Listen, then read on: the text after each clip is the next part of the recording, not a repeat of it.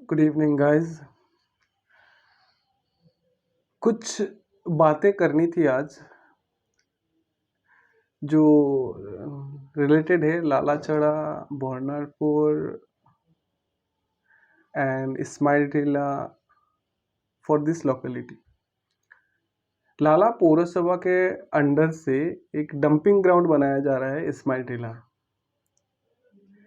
और जो भी कचरा है म्यूनसिपैलिटी बोर्ड के अंडर में लाला बाजार से टाउन से, उसको एक डंपिंग ग्राउंड जो बनाया जा रहा है इस्माइल टीला में, वहाँ पे आके उन लोगों को डंप करना है।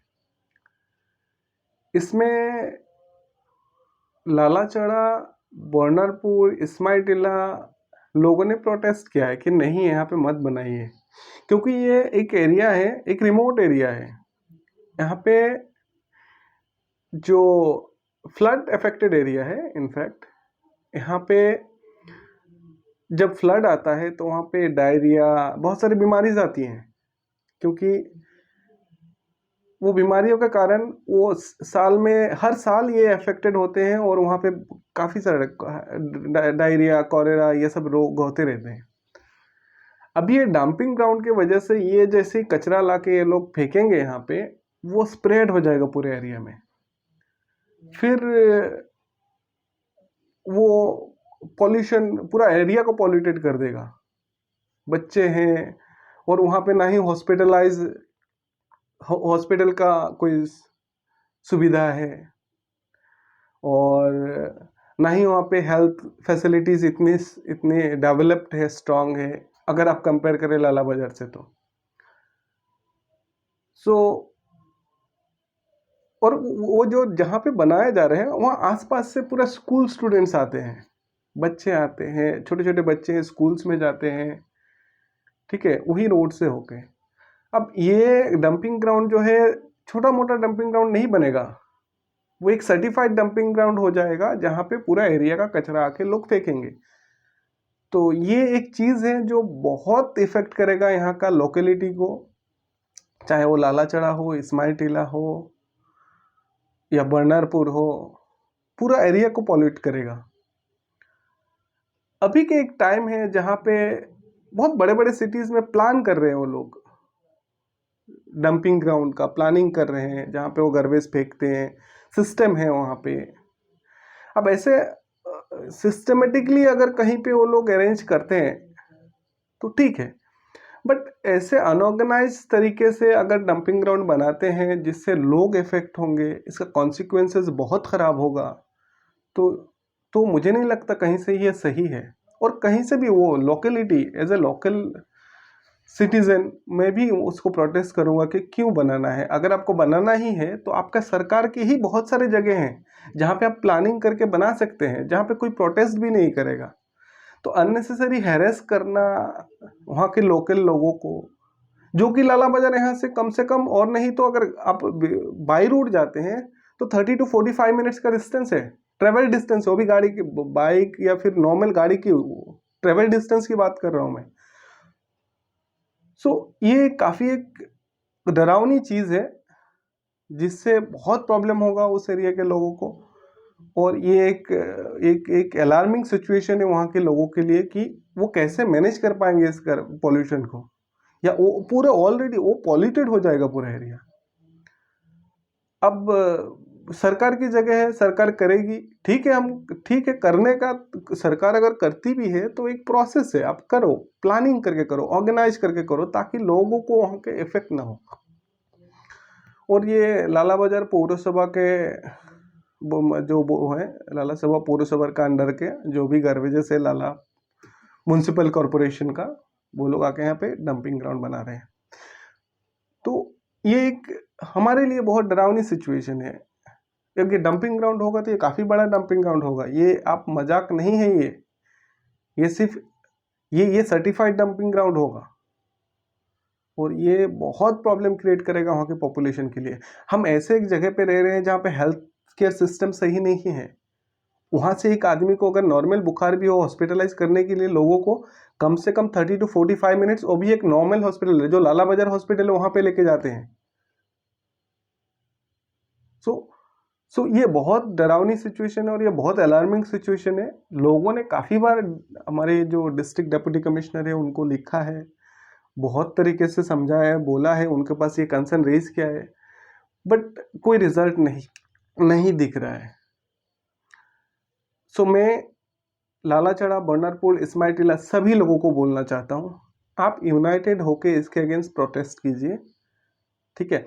अगर सरकार ने ये ज़मीन एलोकेट की है तो कोर्ट है, डिस्ट्रिक्ट कोर्ट में जाएंगे, हाई कोर्ट पे जाएंगे, वहाँ पे जाकर उनको बोलिए कि ये चीज़ अनऑर्गेनाइज तरीके से यहाँ पे डंप की जा रही है, तो हम ये कंसर्न रेज कर सकते हैं और कानूनी तौर से करेंगे। यहाँ पे वायलेंट होने का कोई ज़रूरत नहीं है।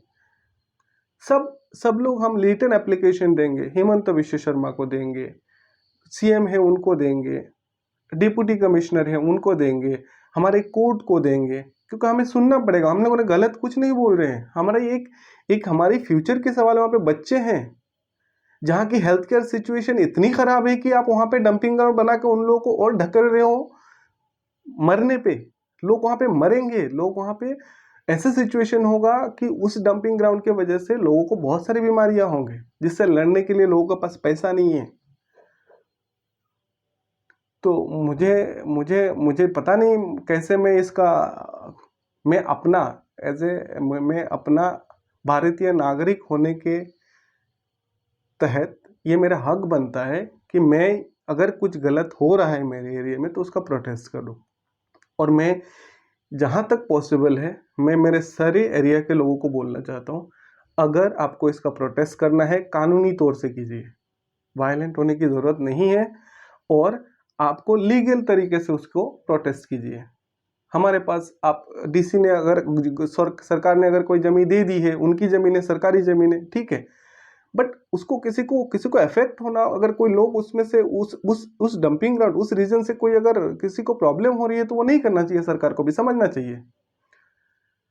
तो मैं मेरे एरिया के लोगों को बोलता हूँ आप यूनाइटेड हो जाइए, यूनाइटेड होके ये इस कंसर्न को हम रेज करेंगे, सीएम को रेज करेंगे, डीसी को रेज करेंगे, कोर्ट है, कोर्ट में हम जाएंगे, पर इसको रेज करेंगे। तो प्लीज़ इसमें आपकी कोऑपरेशन की बहुत ज़रूरत है, और ऐसे डंपिंग ग्राउंड बनाना भी है तो ऑर्गेनाइज तरीके से बनाइए, जो मॉडर्न टेक्नोलॉजी से उसको यूज करके बनाइए ताकि लोग उससे इफेक्ट ना हो। सो मैं आप सभी लोगों से रिक्वेस्ट करता हूं, please come forward and please show your cooperation so that हम इसको स्टॉप कर सकें। और हम अगर सरकार को बनाना ही है तो सरकार को वेल प्लान करके अच्छी मैनेजमेंट के तहत उसको बनाना चाहिए, कहीं पे भी बनाए पर ऑर्गेनाइज तरीके से बनाए।